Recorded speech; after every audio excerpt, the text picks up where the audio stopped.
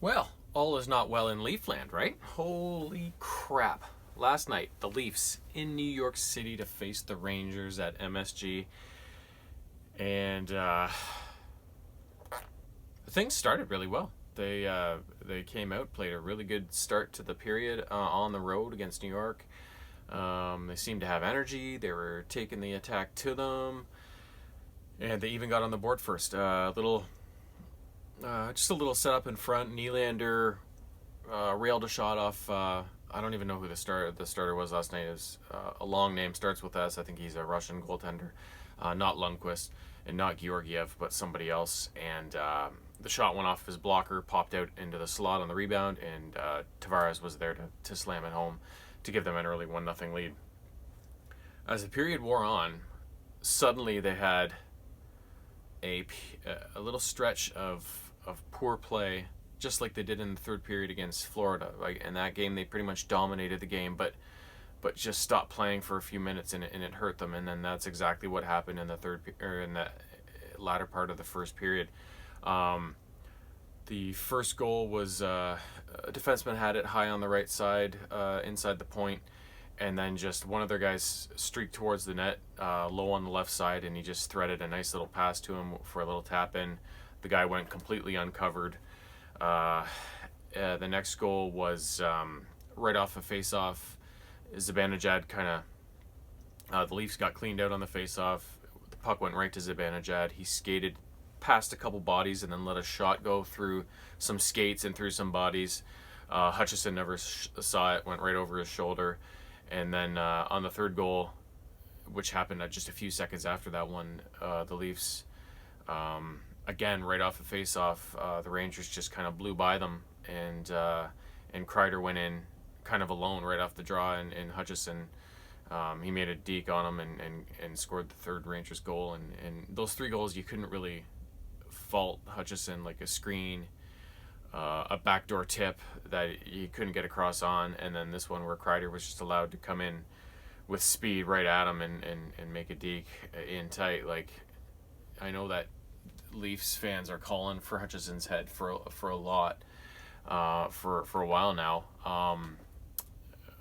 But the truth is, he's been really good in his last handful of starts, and coming in relief hasn't been as pretty a picture, but that's a different story than getting the start. But last night's start was not as tidy as his last few before that. But again, those first three goals, you couldn't really fault him on any of them. So you kind of feel bad for the guy. Now the Leafs kind of put that behind them, and then in the second period, they came out and probably played their best period of the game.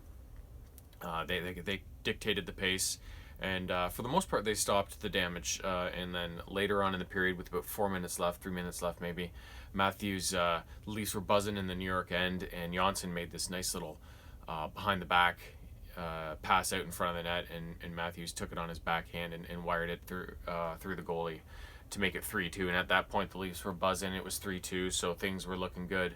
But then not long after Matthews' goal, New York struck again, and this was the only one you could really fault Hutch on. Again, Kreider coming in with speed, came in on Hutch, and then instead of making a move towards the net, he kind of went in behind the net. And I don't know what Hutch was doing, but he kind of got, I don't know if he surprised him by doing that, but he kind of, when he tried to go over to the left side, he kind of stumbled and fell over and lost his stick, and a whole bunch of stuff went on. And as he scrambled to get back into position, play came back around, and Dermott was trying to get him his stick back, and eventually they did get it back, but right as he was kind of resetting and stuff, the shot came and beat him through the 5 holes. So that was the only one where he kind of made any sort of gaffe, but it was 4-2, and it kind of took the momentum out of their comeback, right? So went to the room 4-2. Leafs came out, scored an early power play goal, a late power play goal. Again, 3-4 minutes left in the period. They were on the power play, throwing it around the zone, and then a nice pass came over to Matthews low on the right side, and he just one-timed a rifle shot past whoever the goalie was again, I forget. And that made it 4-3 late in the game. And they pulled the goalie. They had some really good chances, but then the Rangers were able to tuck an empty netter home on them, and in the end, Hyman hit Trouba from behind, and then they got into a bit of a fight, and Hyman got, I think it must have been his nose, got cut open, and he was bleeding all over. And yeah, it was just an ugly kind of affair all around. There were great stretches. It wasn't as dominant a performance as the Florida game. Like the Leafs were pretty much controlled 99% of that game. This one was kind of in and out. But overall, for the most part, I'd say they looked like the better team for the most part. But they just, again, they quit for a few minutes at a time, and everything that went wrong, went wrong, right? So, again, it's another lesson about the whole 60-minute thing, right? And little missed assignments or lapses in coverage end up in the back of your net. And maybe Fred would have been able to pick up one or two of those goals and make them saves, but either way, it would have been close. And it's kind of nice that, in a way, that they're being exposed like this, because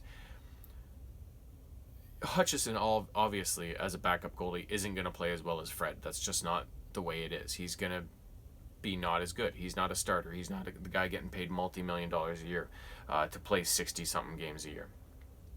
So the fact that he gets exposed like that kind of points towards, okay, maybe Fred's covering up a lot more problems here than you guys think, right? So it's kind of a wake-up call to the whole group saying, you know what, you can play this run and gun style or whatever, but when it doesn't work, all you're doing is getting scored on. So it really calls out the fact that they do have a lot of talent. They can score a pile of goals, but it's not a guaranteed thing, and when they can't score those goals, they gotta be able to play defense. And obviously, these last couple games, after really good games in Dallas and Nashville, these last two games have been a nightmare on the defensive front. And it's not like they've played a terrible game all around.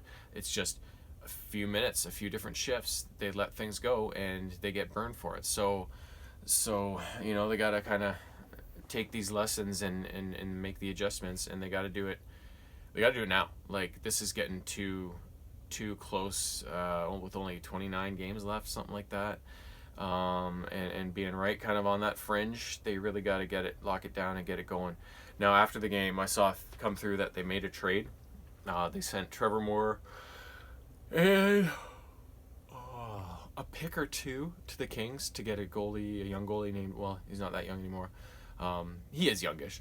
Jack Campbell, who is a really highly touted prospect, but has taken a while to kind of establish himself in the NHL.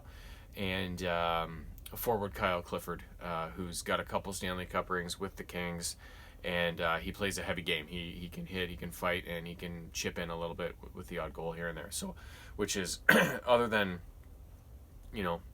defense, I think, is their number one need. I don't think, if they had a better defense, I don't think we'd be talking about how bad Hutch is right now. And I don't think they would have had to go out and make a trade for a young goalie. So the defensive front, I think, is what they need to address most. Now, hopefully with Riley coming back at some point, that will help. I don't know when, but the other thing is their grit and their toughness, right? They don't have anybody who can fight or hit other than Muzzin.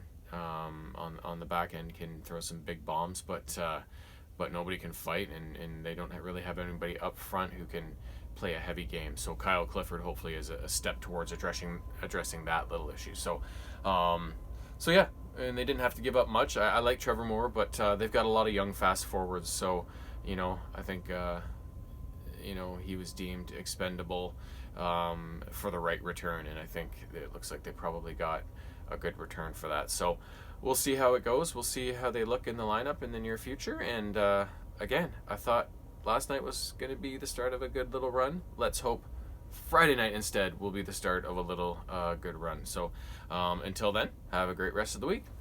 So long.